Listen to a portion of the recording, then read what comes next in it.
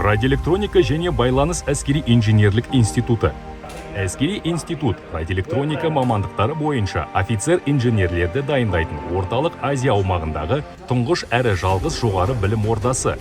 Әскери оқу орны заманауи оқу материалдық базымен қамтамасыз етілген. Институт былтырдан бері әскери істе дирижерлік ету және әскери журналистика мамандықтары бойынша офицер кадрларды дайындайтын болды. Әскери институтта оқу мерзімі 4 жыл.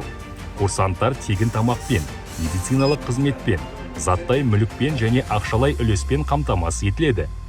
Тұру оқу, демалу және шығармашылық үшін барлық жағдай жасалған, абаттандырылған жатақханалар мен казармаларда ұйымдастырылған.